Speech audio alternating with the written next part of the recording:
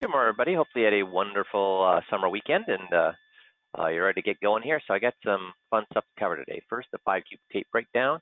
This week's breakdown show, or last week's breakdown shows us how a single word can cause problems and how we can get someone to like us very early in the meeting. So, guys, these 5-cube tape breakdowns are excellent things to be using in your 15-minute drills if you're wondering what to do. So, make sure you're watching those.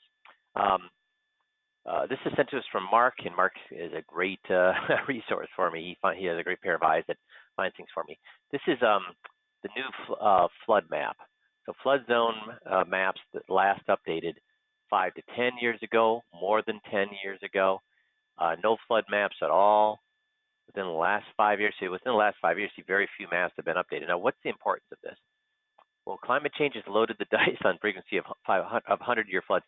I was looking at the Great Lakes, and I'm going to talk about why this is important to me here in a second, but looking at the Great Lakes, guess how many, anybody want to guess how many 500-year floods have hit the communities around Lake Superior and Lake Michigan in the last 10 years? How many 500-year floods have hit the communities of three? You got it, Dale. That's three. 500-year floods. Now, that doesn't quite make sense, does it? Because 500-year floods should happen how often? every 500 years. What's happening with these 100-year floods, 100-year weather events, these 500-year weather events? What's happening with them? Coming less often, coming when they're supposed to, or coming way more often than way more often. So is your home at risk of flooding? I'll give you an example of that. My lake home on Lake Michigan was built 50 years prior, and they'd never had water in the basement.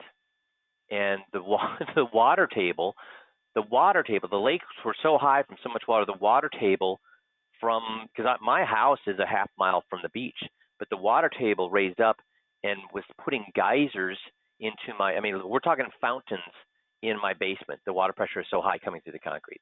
And of course, is that covered by, you want to take a guess whether that's covered by water table rising flooding? Is that covered by property casualty? Nope. So $45,000 later out of my pocket. Now, of course, that to me, $45,000 to me is certainly not crippling, but it's not fun to pay. But could $45,000 for some people be crippling to their retirement? So, we have this property casualty checklist. Is it, as financial advisors, truly, we do ask the client truly, what kind of advisor would I be if I didn't cover this stuff? When you guys have done these with your clients, when was the last time they sat down with their property casualty agent? In fact, ask yourself, when was the last time you sat down with your property casualty agent to look at this stuff? So we're providing a true service by making them go back to but highly suggesting they go back to their property casualty agent, who needs to earn their frigging money and at least walk through these things with them. Make sure people know what they have. Did I think that my water damage would be covered? Yeah, I did. I'm thinking that's why I buy frigging insurance, right? But there's all sorts of things that we don't. Also, they're finding so many people, when they insured their property 8 years ago, if they tried to replace it at the same level of finishing, what would they find out? Yeah, they're underinsured. So, guys, these little things that we're doing are not just some one-off party trick. These are things that can really help prevent clients from getting behind the 8 ball, and it's really, really important stuff. I ran across this in this weekend, and I just love it. A bar of iron costs $5. If you pound it into horseshoes, it's worth $12. If you make it into needles, it's worth $3,500. If you make it into balance springs for watches, it's worth $300,000. So your value is determined by what you are able to make of yourself. So we're all bars of iron, and we just need to think about what we're going to make of ourselves. I thought that was a great point, that really all of us are human beings, the ones that make, we're all financial advisors. Are there financial advisors making $40,000 a year and financial advisors making $4 million a year? Yes. What's the difference between them? I will guarantee you it is not intellect. Do you really think the difference between somebody making $40,000 a year and $4 million a year? Do you really think it's their IQ? Do you really think it's their IQ? No. What is it? Drive, drive, and luck, and luck. But the fact is, guess what? What do we know about luck? That we're endowed with it, or we make it? Yeah, it's created. So what should you be doing this summer? This is kind of a cool thing. 6 ways to recharge in the summer. 1, see new sights. See new sights. Get your brain out of financial and into just experiencing new things. Because experiencing new things, can that help you overall? It absolutely can. Tap into your creative side. And what have they found with people who spend time writing or who spend time learning to play music or painting? What's they found about those things? Is writing just about writing? Is painting just about painting? Is music just about music? Or does it help you with everything that you do? Yeah, it helps you with everything that you do. Read. At least read 1 book a week during the summer. I know it's hard to do when you're working full speed, but try to read a book a week in summer. And do they all have to be nonfiction business books, guys? They all have to be nonfiction business books. I mean, some of them should. That's how you get better at things. But just reading fiction will help you come up with metaphors when you're talking to people, come up with stories, come up with ideas. So read at least a book a week. Grow your professional plan and network and learning and everything else. So we've talked about this. What would I love you to see you doing during your summer slowdown? Locking in that 21-point checklist. Not like I said, most of you guys know the 21-point checklist now, but not till you know it, but till you can't get it wrong. You know it so well you can't get it wrong. Do those 15-minute drills. Exercise and eat healthy, and prepare yourself for the upcoming year. Again, doing those, getting good at the 21-point checklist, getting your marketing plan in place, doing those 15-minute drills so you're awesome at communicating. So use that summer. You don't have to be going gangbusters, but use it to improve yourself. It's harder to improve yourself when you're full-blown working on business, but now when you're slowing down a bit, use some of that downtime to get better. So this is a book, Triggers, 30 sales tools you can use to control your mind, the mind of your prospect, to motivate, influence, and persuade. Joe Sugarman. So the powers of exclusivity. This is so important, and that's why we use the 21-point checklist as we do. Here's the question I ask people. Let's say you're a great gladiator. You are a terrific gladiator. You are the best gladiator out there, in fact. So if you had a choice, would you rather go into an arena with 3 other gladiators? So you're the best gladiator, but there's 3 other gladiators. Or would you rather go into an arena where there's no gladiators? Which one? I know which one I'd want to go in. Yeah, with none. I'd want to go with the one with none. Because even if you're the best gladiator, can somebody get in a lucky shot? Can somebody cheat? Can fate just not smile on us that day? Yeah. So I want to be in the arena where there's nobody else. Now, that's why we use the 21-point checklist. We make people go into the 21-point checklist. Has anybody on the call ever had somebody not really want to do the 21-point checklist? They just wanted to talk about the money. Has that ever happened? Yeah, it happens to me a lot of times. But you have to have the conviction, say, no, we need to do this. This is the most important. This is way more important than what's going on in money. And the reason I want to do that, the reason I want them to understand that any advisor that doesn't look at this stuff is a lousy advisor, is because where does that put me in? The arena where I'm competing with all the other guys on rates of return and product, or the arena where they don't have anything like what we do? Yes, I'm all alone. I want to be all alone. I don't want any competition. I want to be exclusive to this process. That's why we want to do this. And it's, the unique selling propositions we have. I mean, how many unique selling propositions do we have, guys? Let's see how many can get this. Those of you that were at training last week, you should know this. How many number 5 should we have at a agreement meeting? How many number 5s should we have in an agreement meeting when we do the goals? When they're saying, and I'm sorry, you don't even know what I'm saying when I say number 5. You know, when we say 1 being not interested at all, 5 being very, very interested, how many, so I got an answer of 4, I've got an answer of 6, got an answer of 5. So anybody went to the training last week and give me the right answer? What the goals, we don't do all 21 things at the goal section. There we go. Eddie's got it. 8. We don't do all 21 at the goal section, right?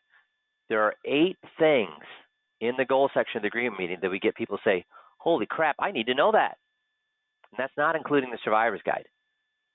So how good should you be at those 8 things, guys? Because could you carve out any of one of those 8 things where these people say on a scale of 1 to 5, it's a 5. I need to know about that right now. I want to know how to do that. Could you carve out any one of those in a conversation where it's appropriate and use that as your unique selling proposition? So if you're not familiar with all 8 of those, go back and learn those. How important? I want everybody to answer this. How important is it to have a unique selling proposition, guys, in today's world? Everybody answer this.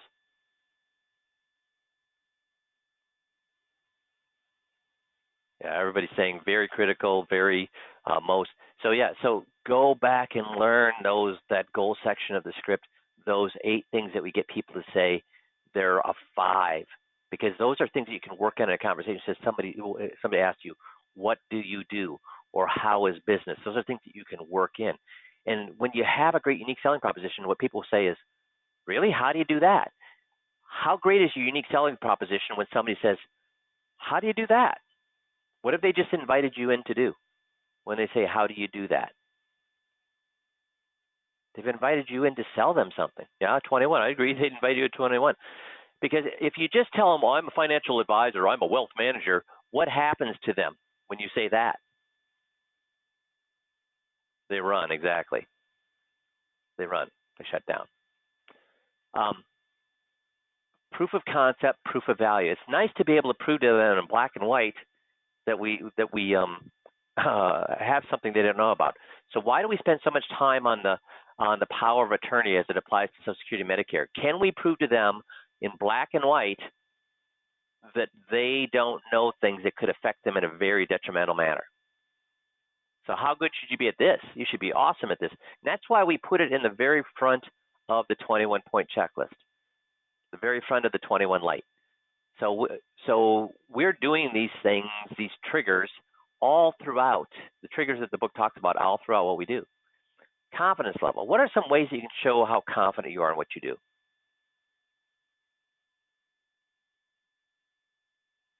What are some ways you can show how confident you are in what you do? What's the one? Yeah, good job, Nick. Upside down writing.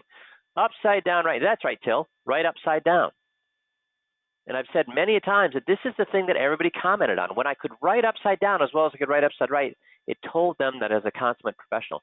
The other thing I could do is I could do a mock tax return with a pencil and paper and a calculator in about 3 minutes at the first meeting and tell them exactly how much money they could save on taxes. What does that tell them right then and there? Pen, not computer, pencil and paper, calculator. They see me doing these calculations, have a couple of cheat sheets with the Social Security taxation cheat sheet, and within 3 minutes I said, yeah, it looks like you can save about $3,400 in taxes. Yeah, it tells them I know what I'm doing. Also, does it harm?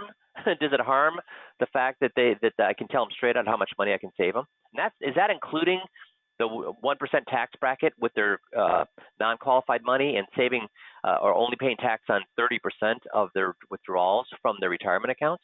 Doesn't even include that. So these are things that show them how confident you are. And being consistent. Being consistent.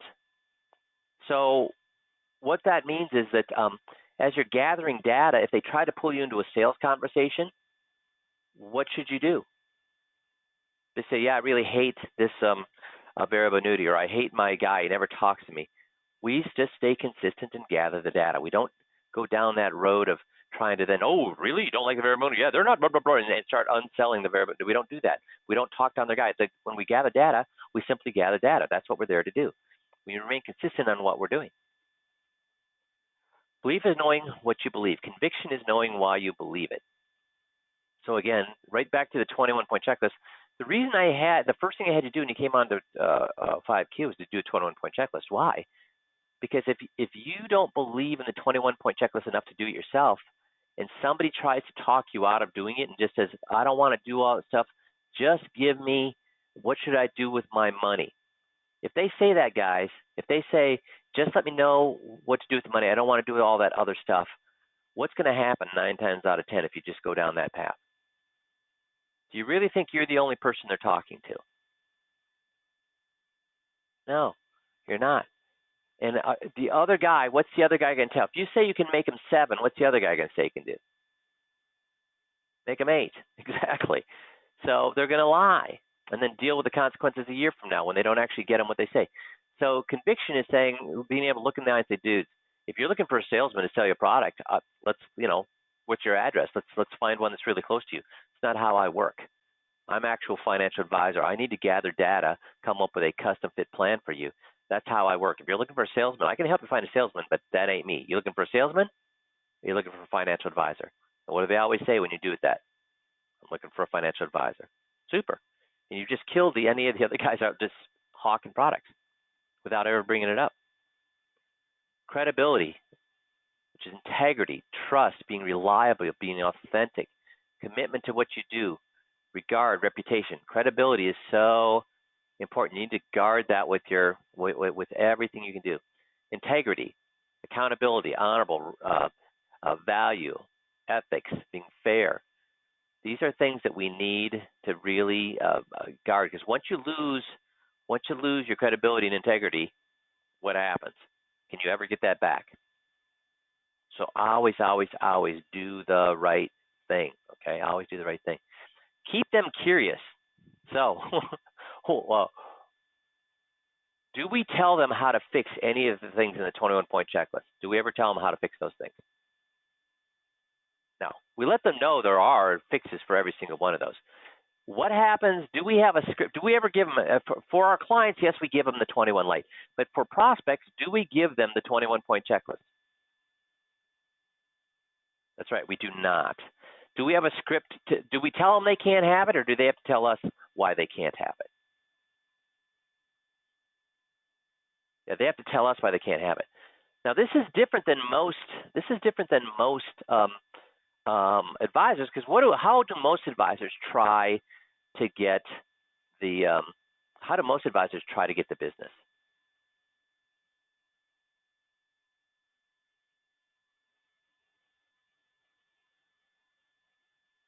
They give a lot. Yeah, they want to show how smart they are.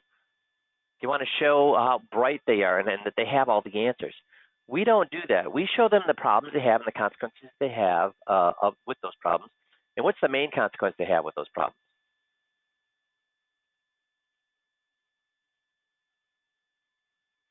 What's the main consequence? Yeah, they're bad advisors. Good job, guys. You got it. Awesome. Everybody wants to belong. That's a huge motivational interviewing and psychological concept. Is everybody wants to belong. This goes all the way back to Dale Carnegie. Everybody wants to belong. So when I'm doing the FI presentation, what do I say? Why do all my clients want to do this? Why do all my clients want to do this? It's telling them that, they want to be in the club. That's exactly right. They want to be in the club. And motivation happens through intellect or rational thought, or it's through emotion. It's through emotion. And we do that all the way through. One example of that is at the agreement meeting, we tap into their greed, we tap into their fear, and we tap into their frustration. We also tap into their guilt at when it comes to survivor's guide, power of attorney, medical power of attorney, quality of life directive. What are we tapping into with those? That if they don't do those things, they could leave their family in utter chaos, and things could be said that could not be unsaid. Their families could be torn apart. So we tap into those things, because is that something what people would think about if we don't actually walk them through the consequences of not doing these things? No, they wouldn't. You sell on emotion, but you have to justify purchase logic. Do we use logic in the 21-point checklist process? Guess what all the scripts are based on? motivational interviewing, but within the motivational interviewing context, we're using Socratic method. If A is greater than B, and B is greater than C, and C is greater than D, and D is greater than E, then obviously A is less than Z. So there's all that's logic. We have to be honest. Do we ever try to say, oh, there's no fees with the FIA? Do we ever try to do that? No. Do we let them know what the fees are up front? Do we tell them, hey, you make a lot, you're going to pay a lot. Make a little, you're going to pay a little. Do we ever try to hide anything that we do? We better not, because the whole 21-point checklist is about disclosure. So we ever hide any of the bad things about what we sell? No. Familiarity, making them feel that they're part of the family or that they're just like you. Remember we talked about last week, touching, appropriately touching, and rapport. Use their name, actively listen, ask questions, show empathy. This is the only one. Do not find common ground. Follow the lead, be genuine. How do most advisors of all these, what color are most advisors actively looking for? Green. And that's why don't we want to do green? Why don't we want to find common ground? Why don't we want to say, oh, you went to the University of Minnesota, so did I, or you fish, so do I. Why don't we want to do that? Why don't we want to do that? Yeah, it's fake. It's not genuine. You look like a salesman. You look and sound. When you walk into a car dealership and that guy's all about being your best buddy and looking to find common ground, do you like that or do you hate that? Is that just like fingernails on a chalkboard? So we don't do rapport that way. We use their name. We actively listen. We ask questions. We got them when they answer our questions. We show empathy. We follow that we're genuine, but we don't do that. Get the client involved. Get them doing the presentation for you. You probably heard me talk about this. I've talked about once a year. Corning Glass were the first people that came out with safety glass, and they had one salesman who sold 3 times, not 30% more, 3 times more than every other salesman. And they wanted to know what he did. So they had him at the next annual convention show what he did. And what he did is when he walked into he told the client he only needed 2 minutes of their time. Then he walked in the client's office. He put the glass on, the safety glass on the table, took out a hammer and smashed the glass. And the people saw, holy crap, this thing really works. So in 2 minutes, he was selling 3 times more than all the other. Now all the salespeople knew how to do that, right? They all knew how to do that. The next year, he doubled everybody again. What did he do to double everybody again? Because everybody took the hammer and they smashed the glass to prove that the glass was great. What did he do the next year to double everybody again? Nick's got it.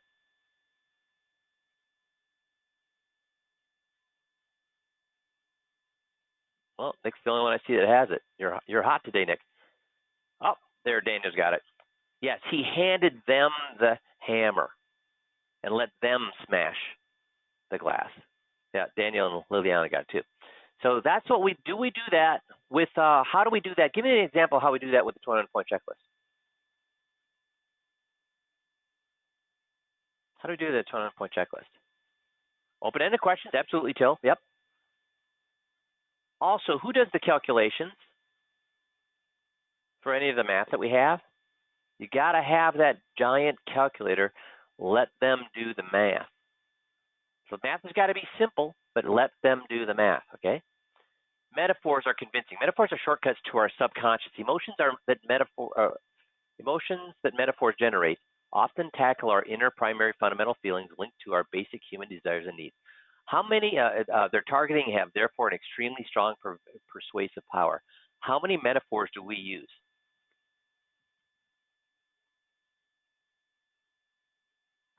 Really, how many scripts do we have that do not have some level of metaphor in them? They almost all have metaphors in them, because telling stories is how our brains are wired. Because how did we pass history? How did human beings pass history on for hundreds of thousands of years?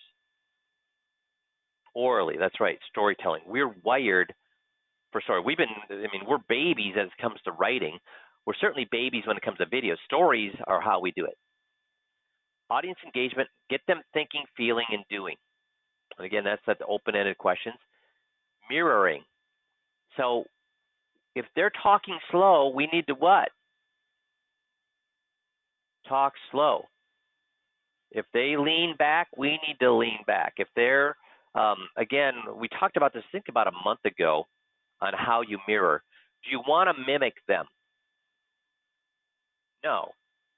Generally, what the technique is that about 10 seconds after they do something, then you should do it. About 10 seconds after, you should do it slowly and casually. And you shouldn't do it with every single thing that they do. But you've also heard me say this, is that if they're excited, you should be excited. If they're calm, you should be calm. Because if you're calm and somebody else is excited, guess what? What's that tell you? They're not empathetic. They're not on the same page. They're not congruent with what you're doing. So there's lots to learn when it comes to mirroring, anchoring, or whatever anybody wants to call it.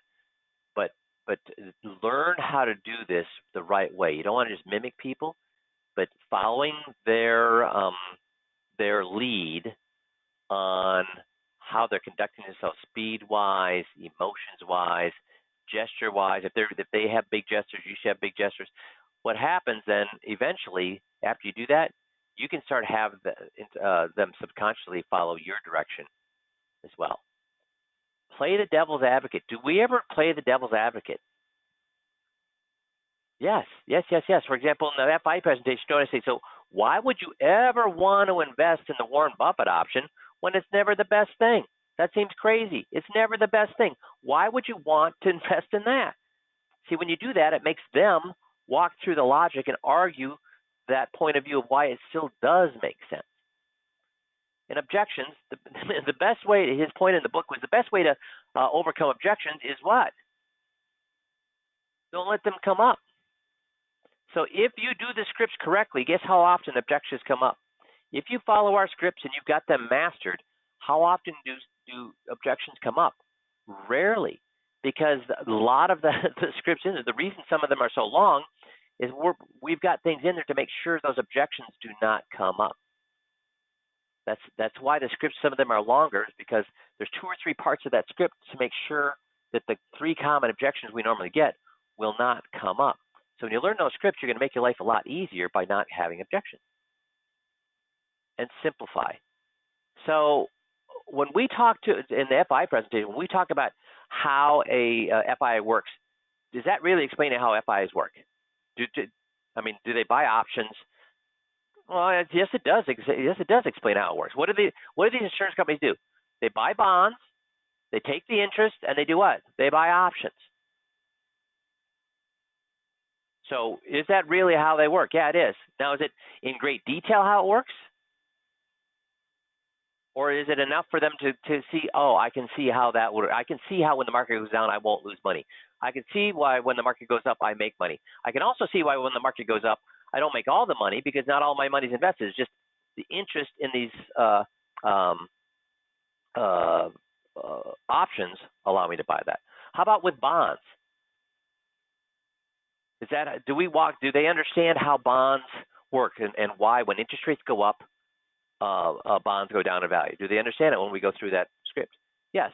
So is the math exactly right? No, it can't be right because every bond is a little what? A little different.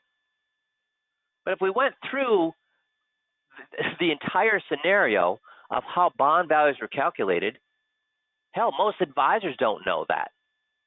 So do we need to get them in great detail how it works, or do they have to understand basically how it works?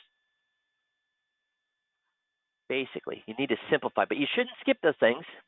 You still got to do it. Be specific. Be specific. The more specific you are, the more believable you are. The example I give a lot is that if I'm shopping for a TV set and I hear a store say everything's on sale, everything's on in the store is on sale, what do I think about that? Does that interest me to go down there? Yeah, no, it's BS. Yeah, it just sounds like they probably do this every weekend, and probably when I go down there, they mark it up before they mark it down. So that doesn't sound very believable. Now, what if I hear a store say, we've got actually 10 big screen, we got 10 85-inch Sony TV sets. They're last year's model. We have to make room for the next year's model. They're 50% off of what they were last year. It's model whatever 1097, and any TVs left by noon, we're going to give to the Boys and Girls Clubs of America. How specific is that, guys? It's very. Now, why would I go down and see that? Could they, if they wanted to, could they research to see whether that Sony model 1097 really was 50% off? Could they do that if they wanted to? When I gave them that kind of detail, could they come in at noon and see if I'm still trying to sell those TV sets? See, so they could actually research those things to see if I'm telling the truth or not. And because now how many people do you think will actually research it? Virtually nobody. But they still believe it because they know if they wanted to, they could check on it. Does that make sense? So I was working with an advisor last week on his unique selling proposition. And his unique selling proposition was something like, and this used to be our unique selling. Let me just use our unique selling proposition. It used to be, we do all the things that other advisors forget to do. How specific is that? It's clever, but is it very specific? No, it's not at all. So what did I just tell you about 20 minutes ago? What should we be using for our unique selling proposition? What should we be using for our unique selling propositions? One of the goals, that's right, one of the goals, one of those 8 goals, all the 8 goals, and are those goals specific? I help people with take their investment income down to a less than 1% tax bracket. Is that specific? I help people with a program that will cover, which will replace their spouse's Social Security that's lost when they die, so that they don't have to live for the rest of their life with half the income that they were living when they had their spouse. Is that specific? So be specific. Those things are believable. That gets people interested. Vagueness, besides that, when you talk vague, guess who you sound like? When you talk in vague language, guess who you sound like? Everybody else. All of their, you're saying basically the same thing. All their advisors are the same thing that advisors are saying, the same thing all the other advisors are saying. You got to be specific to be believable. So all these things, I just want to show you that the 30 things that he talked about in the book, we've already implemented them for you. You don't have to figure out how to do them. The whole system is based on all the triggers in that book. So when you've mastered the crib notes and the motive, you get them to tell you why, not that the guy made mistakes, but why he made those mistakes to put himself in a better position, you in a worse position. When you start doing that daily practice of 15-minute drills without excuses and get awesome at the GOTS by doing the 15-minute drill, when you're paying attention to those 5-minute money makers and breakdowns just once a week, that's when you're going to bring on every client that you get in front of. Is our system designed to bring on tire kickers and plate lickers? And tire kickers and plate lickers are not that hard to get in front of. I'm going to ask again. We got some wrong answers. Is our system designed to bring on tire kickers and plate lickers? I can't believe this. So some people are saying no. Okay. So David said he didn't understand. Yes, our system is designed to bring on tire kickers and plate lickers. Because what's the only thing in marketing? Who's the only person you can get in front of? With my marketing, Joe Blow's marketing, the FMO down the streets marketing, the mailing houses marketing, who's that going to put you in front of? Tire kickers and plate lickers. Does any marketing put you in front of pre-sold people? No. But how rich would you be if you could sell everybody that walked into your office? What if they love their clients? Good. I'm happy you love your client. You're still coming on with me. What if they don't want to move? What if they're doing several, don't want to move? Fine. You're still coming on with me. When you get to the point where you can sell anybody who walks into your office, and the thing is, we don't sell them, do we? Who sells them? Yeah, they sell themselves. If somebody tells themselves 200 times in an hour and a half, that their guy's taking advantage of them, pulling the wool over their eyes to make money on them, what are they going to do? They're going to leave. Doesn't matter if they're a tire kicker. Doesn't matter if they're a plate licker. They're going to leave. So you've got the tools. Use this summer, again, not till you know it, but till you know it so well you can't get it wrong. Make sense? Super. Well, then you guys have a wonderful rest of the day, and we'll talk to you all next Monday. Thanks, everybody.